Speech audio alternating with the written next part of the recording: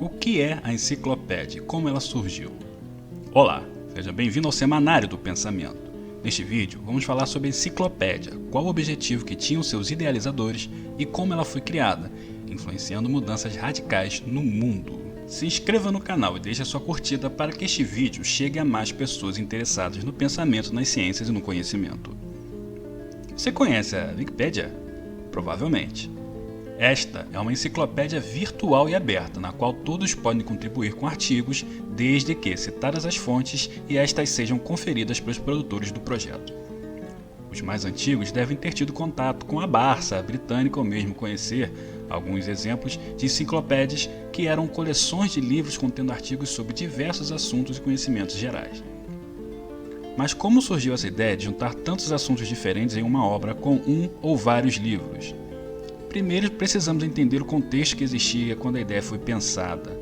No século XVIII, a Europa, em sua maior parte, vivia sob o jugo do absolutismo, um sistema político que defendia o poder total do monarca sobre o Estado, sustentado financeiramente pela burguesia emergente, ideologicamente pelo clero e moralmente pela nobreza já decadente. Este sistema ficou conhecido posteriormente como o Antigo Regime. Porém, já desde o século XVII, o movimento iluminista começava a ganhar espaço no velho continente. As ciências, as artes, a filosofia ganhavam cada vez mais espaço na sociedade europeia e a erudição passava a ser vista como algo bom e que conferiria notoriedade ao indivíduo erudito. O problema é que, obviamente, os defensores do absolutismo, principalmente os monarcas mais radicais, chamados de déspotas, não viam com bons olhos o movimento iluminista, em geral. Exceto alguns poucos reis e imperadores que tinham apreço às ciências e à filosofia e por isso foram chamados de déspotas esclarecidos, mas a maioria dos absolutistas não gostava do iluminismo.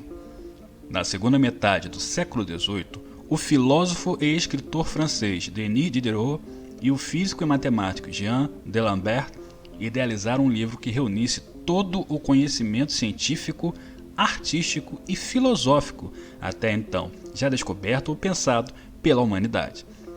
Dessa forma, este superlivro, que chegou a ser chamado de O Livro dos Livros, deveria conter informações e descobertas em todas as áreas do conhecimento, em todas as áreas científicas existentes, seja na física, na matemática, na botânica, na biologia, na química, mas também nas artes, na pintura, na música, na escultura, assim como o pensamento crítico e filosófico e até questões religiosas seriam listados nele.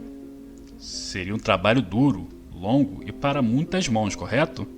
E assim foi. A obra compreendeu 35 volumes, com um total de 71.818 artigos e 2.885 ilustrações.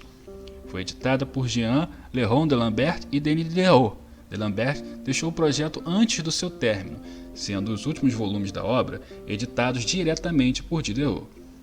Os últimos volumes foram publicados em 1772. Muitas das mais notáveis figuras do iluminismo francês contribuíram para a obra, incluindo Voltaire, Rousseau e Montesquieu. Diderot pretendia mudar a forma como as pessoas pensavam. Ele tinha em mente, assim como os demais contribuintes da enciclopédia, que a educação deveria ser secular, laica. Naquele tempo, a maior parte da educação na França era feita pelos jesuítas e tinha no seu conteúdo uma forte doutrinação religiosa de orientação católica, é claro. Diderot visava inserir todo o conhecimento do mundo disponível para a obra. Desse modo, sua esperança era poder disseminar a todas as informações para as gerações atuais e futuras. Chamada de enciclopédia, ela foi originalmente concebida como uma tradução para a língua francesa de Cyclopedia, ou Universal Dictionary of Arts and Sciences, de Ephraim Chambers, que havia publicado seu livro em 2 volumes em Londres em 1728, após vários dicionários de artes e ciências terem surgido na Europa desde o final do século XVII.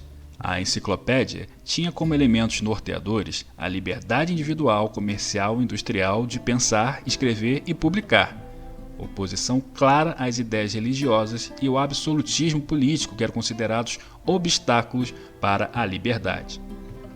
É claro que com isso, o livro acabou proibido em diversos lugares por várias vezes, o que não impediu sua circulação de modo clandestino.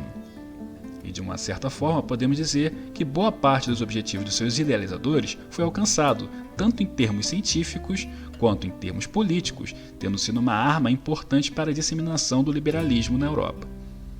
Nas ciências e no conhecimento geral, a enciclopédia de fato manteve arquivado o conhecimento científico e as obras artísticas, assim como catalogou espécies de seres vivos conhecidas até então.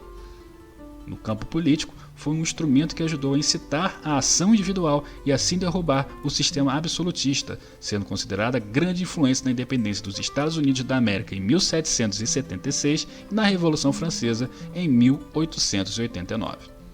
A enciclopédia contou com a participação de mais de 130 colaboradores em diferentes áreas do conhecimento. Os mais importantes e de maior repercussão, além de Diderot e D'Alembert, foram André Le Breton, que foi o impressor-chefe e também participou com o artigo de tinta do impressor, Etienne Bonnot-Condillac, que falou sobre filosofia, Louis Daubenton, que falou sobre história natural, Louis Jacot, que versou sobre física, filosofia, medicina, economia, literatura, política e escreveu 25% de toda a enciclopédia, Barão de Holbach, que falou sobre ciências, química, mineralogia, além de política, religião e outros assuntos. Barão de Montesquieu, mais conhecido como Montesquieu, que escreveu parte do artigo Gold, falando sobre o conceito de gosto. Jean-Jacques Rousseau, que versou sobre música, economia política. Anne-Robert Jacques Turgot, que escreveu sobre economia, etimologia, filosofia e física. E Voltaire, que tratou de história, literatura e filosofia. Muito obrigado a todos eles que puderam manter o conhecimento vivo para que chegasse até nós. E você, o que achou deste conteúdo? Deixe seu comentário para podermos ampliar nossas pesquisas e trazer mais conteúdo relevante para você. Se inscreva aqui no canal e ative o sininho das notificações para saber quando um novo vídeo for disponibilizado. Deixe a sua curtida para nos ajudar. Muito obrigado e continue acompanhando sempre o Semanário do Pensamento. Valeu!